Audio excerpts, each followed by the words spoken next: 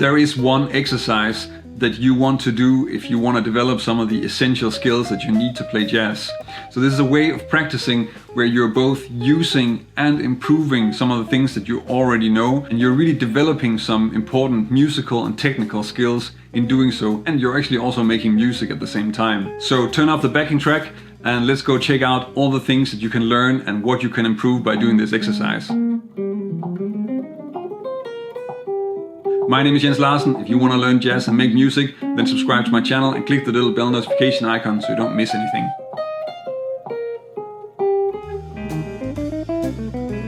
I am of course talking about practicing, and especially practicing real songs with the metronome on 2 and 4. And I think this is something that most people know about if they're studying jazz. If they're trying to learn jazz, they've heard about having to practice with the metronome on 2 and 4. And yet I find that a lot of people don't do this. And that's really a pity, because you are actually going to develop a lot of important skills if you start really relying on developing how you feel and hear things inside, rather than just leaning on backing tracks and MIDI apps. On the surface, I think this exercise may sound like it's only about rhythm and timing, but really it's about a lot more things, because you're of course developing your ability to feel time inside, but you're also working on your swing feel, and you're certainly also learning how to really hear the changes inside, because you don't have any reference. Nobody's playing the chords for you.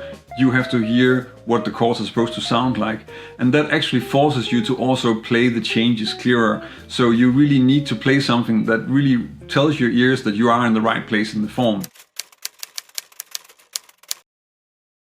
Rhythm and groove are two of the most important things when it comes to playing jazz, and especially when it comes to playing together with other people. It is really important that you're able to feel the time and feel the groove inside, even when you're not playing. And in fact, I think this goes for any kind of music. If you're playing together with other people, you have to experience, you have to have an idea about the music that's the same across the entire band. When you're practicing with the metronome on 2 and 4, then you have a reference, but you don't have something that you can really lean on. If you want to lean on it, then you kind of need the heavy beat. You need the places where the chords are changing, and that would be the 1 and the 3, not on the 2 and the 4.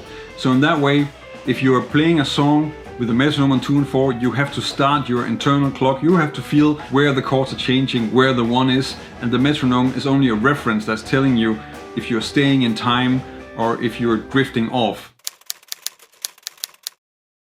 In the beginning, when you're improvising with the metronome on 2 and 4 and you're playing songs, then I think you should probably focus mostly on just staying in time and keeping the form, and that way just playing the piece of music. At some point you should also start working on how well you have an idea about the groove and the swing feel and how you want your lines to sound. Because of course one thing is hearing the notes and also just playing the right notes, but another thing is playing the right notes and hearing them in a groove that is not there. Essentially you want to feel a groove inside, and you want to have a really strong idea about how the lines that you're playing should sound. So this is the difference between just playing triplets and triplet swing, for instance, and then really having an idea about hearing a groove and playing in that groove. Just to show you, so 2 and 4, if I play just first some triplet phrasing and just some lines where I'm not really thinking about having really like a rhythm section, a drum kit and a walking bass behind me, then that sounds like this.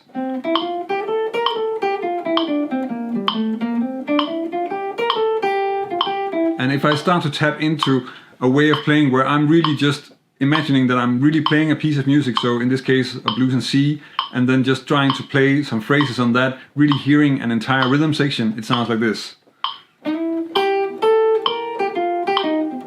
So of course this is a subtle difference, and it can maybe be difficult to hear it in the example that I'm playing here, but at the same time it is really important that you can hear the notes that you're playing, but that you can also hear how you want to play them, that you can really log in with the groove that you have in your head, and that you have a groove in your head that is so strong that you actually have something that you can log in with.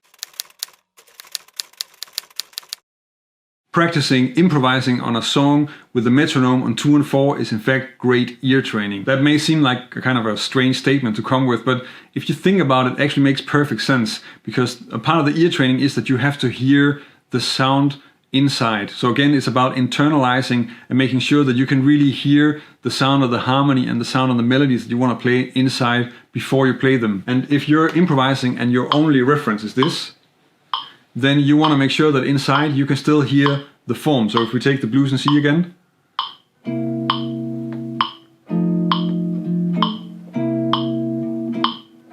so this is what you're hearing inside your head while you're improvising, and it's important that you're able to really hear the harmony so that you can make lines and you can hear lines that actually fit with the song. That's part of knowing the song, and that's also something that you're kind of building if you're practicing a song with the metronome on 2 and 4 like this.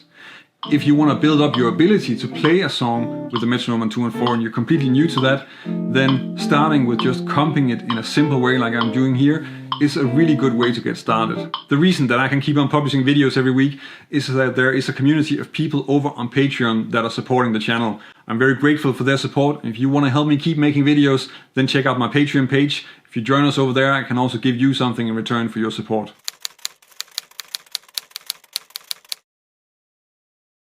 At first, when you're improvising over a song, then it is important that you're really connecting to the harmony so that you're playing lines that are telling your ears where you are and that you can really play some solid melodies that are just really spelling out the changes. That is, in essence, just playing the song. And that means that you want to work on playing lines where if you're playing this line, can you listen for yourself and say, well, I can actually hear the chord now. So if we take the blues and C again, like,